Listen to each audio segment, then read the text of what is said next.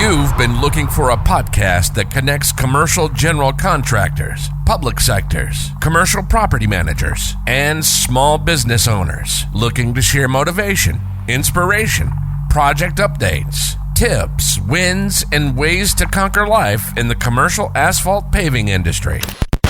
Look no more, my friend.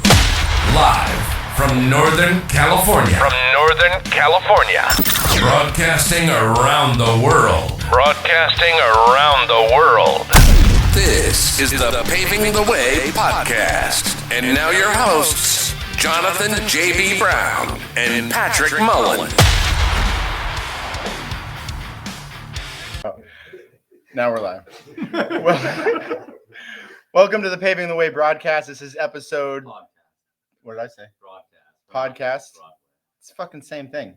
36? Thanks for correcting me, Pat. We are on episode 36. Is that what you said? That was a guess. We're on some episode.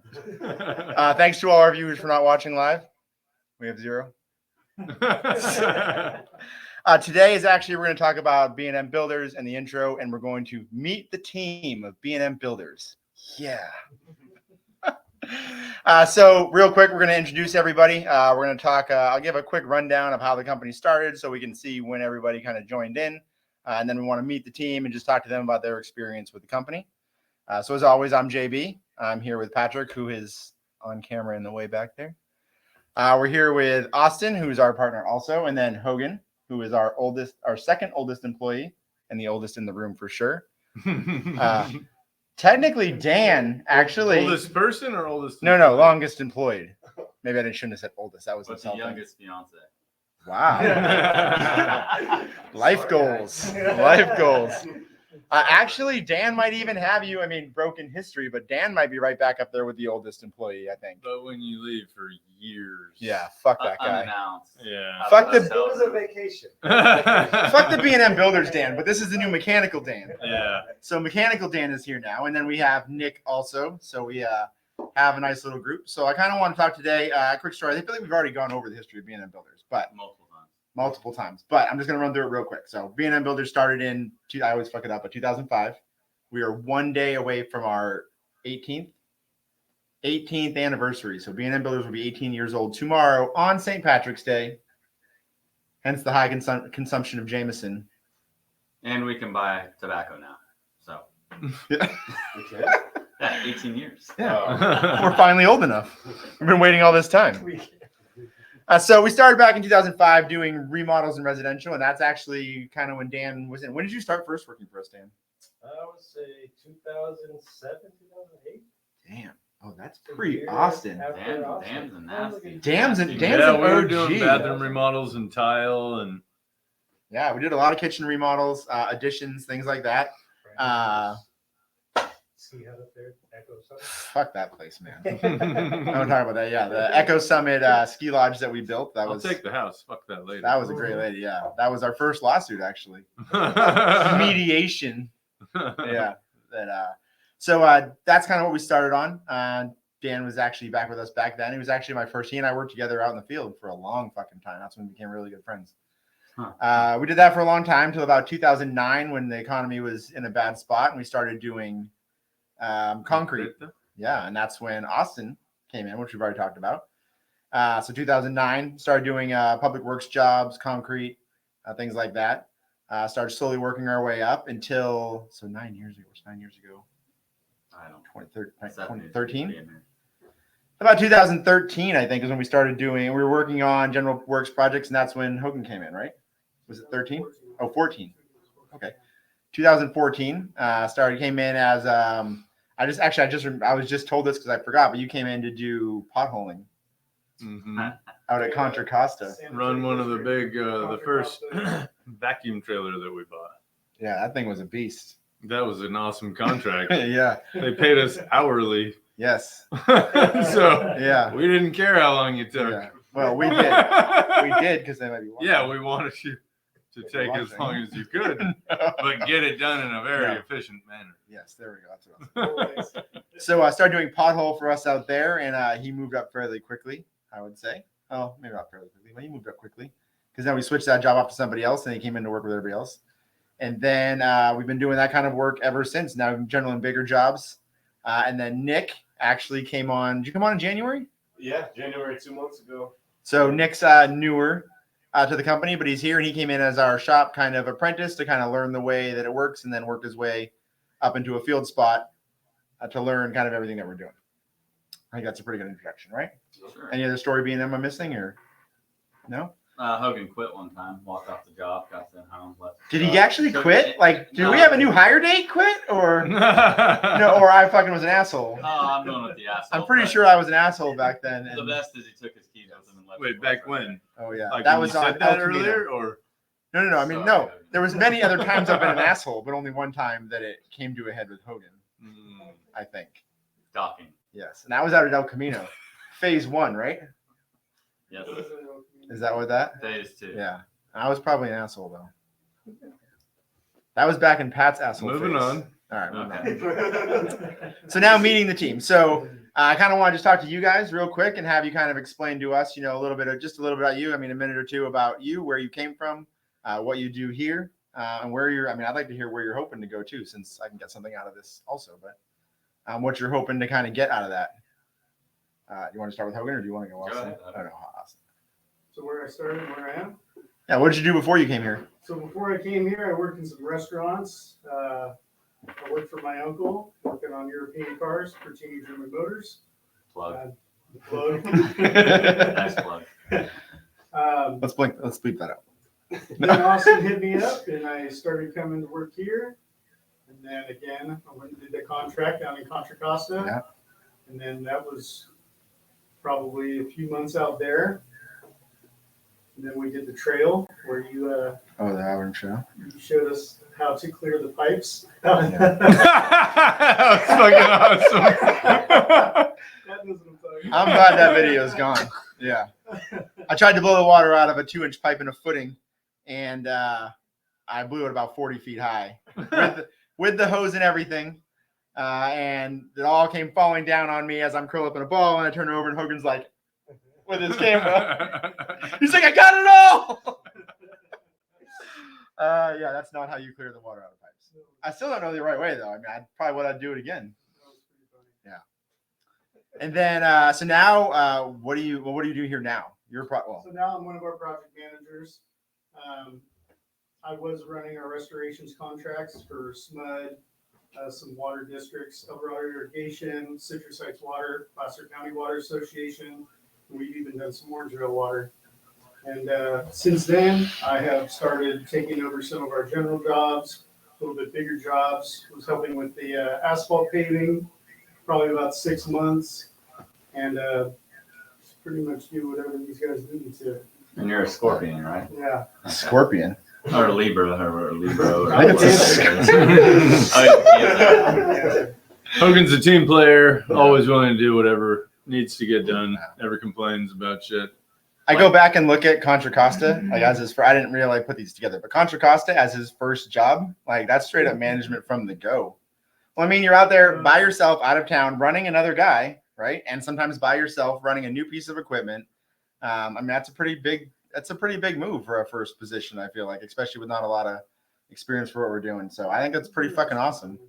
And I got to say, I mean, as far as project managers go, I think I prefer project managers who have kind of grown up through our school of hard knocks, like learning as we learn, because we kind of know a lot of the same stuff. And I have a lot more faith in you knowing what we want than I do in somebody that we bring in who has no idea, like Dan, who left for so long.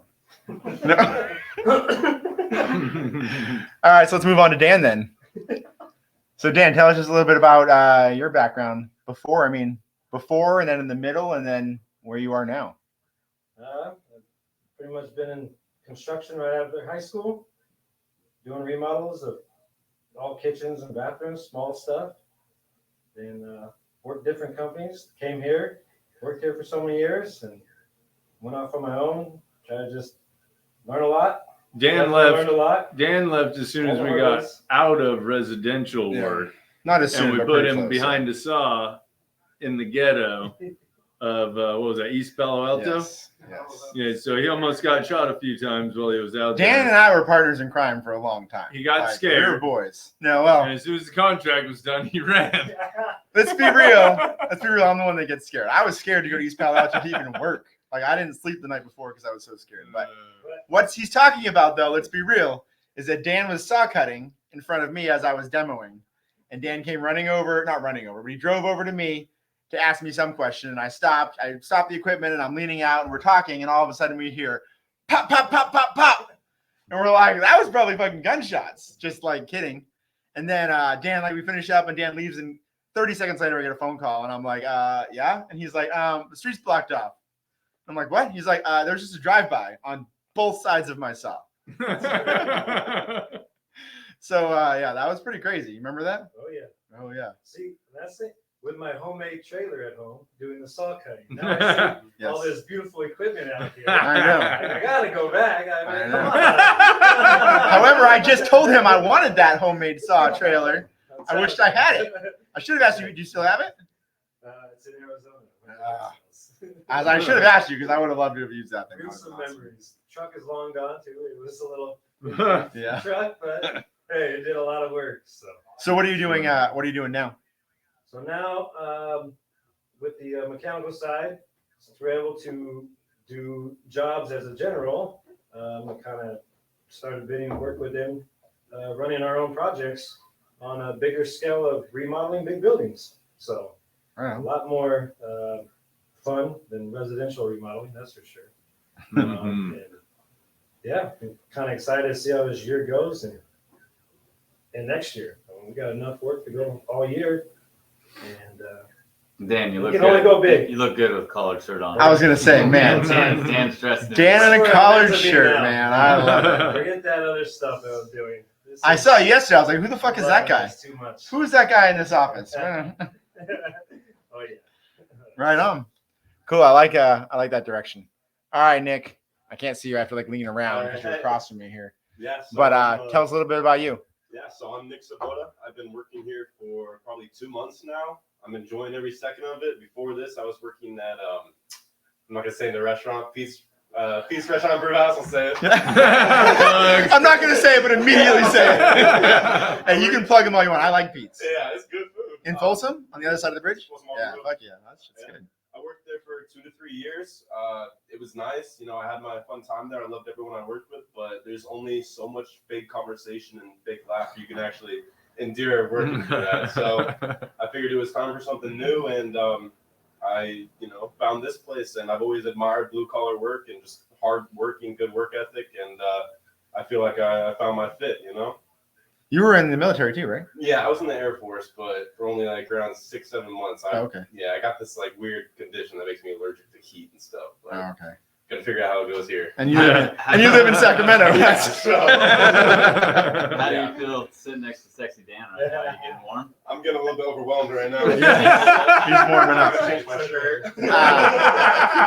That's a real nickname, though. Yeah. I mean, Dan earned that nickname, Sexy Dan. I can tell that story, right? You got the picture to prove Do you it. remember? Yeah, we were out in. He got the name Sexy Dan. I literally have him in my phone as Sexy Dan because we were at. Where were we? Newman. Oh, this guy knows. We were out in Newman working, and they were pouring a crap ton of concrete, and we had 2 water connections on different sides of a park, and Dan was working on one, and I'm working on the other. The inspector pulls up, and he's like, "Man, you guys are really doing a good job." And I was like, "Thanks, I appreciate it." He's like, "But if your guy get on the other side of the park and put his shirt back on," he's like, "I'd really appreciate it." He's like, "This is a city project, and it's just better if they're wearing shirts." Well, they had afternoon hookers in the truck. I thought it was okay. I will say they were running. There was pimps and hookers in the park working around our concrete crew. That Yes. was funny. It was some The of the first weirdest. first few years of us doing public works, where we're finding our niche and figuring out what we actually do well and what we want to do. Pat said we should only bid work It with was an hookers working. interesting couple of years, going through many ghettos and Yeah. long distances away, sleeping in toy haulers, and Oh my, yeah, that's Oh, right. Yeah. Cheap tequila shops. Yeah. Yeah. Oh. Oh, they were not cheap. They should have been. They should have been expensive, but we got them for cheap. Yeah. Nice. Nice. Okay, so real quick, I just kind of want to run through. I'd like to hear from you guys. What do you like about? I mean, Nick, you're a little new, so you're still learning. But what do you like about being in builders? Like, what do you think we do differently that kind of separates us from everybody else? You gotta make it quick. And yeah, I mean, I'm forcing you, so find something to say. No, I'm My just kidding. biggest thing is it's a big like family environment thing. There's no like closed doors where the big office is over there. You gotta walk blocks away to go talk to somebody. Everybody's all opened up. It's great. I mean, that's how there should be no walls in any office, just one big room. So that's, I mean, I can see that everything going around in here. That's a good thing about this spot. Yeah, even Pat's office, the real important guy. He's in front of everybody. He doesn't even close his. Well, he closes his door, but Can't party if you're No, alone. man, everybody's Yeah. here, Pat. Or if you do, it doesn't last very long. I definitely feel like we're a family.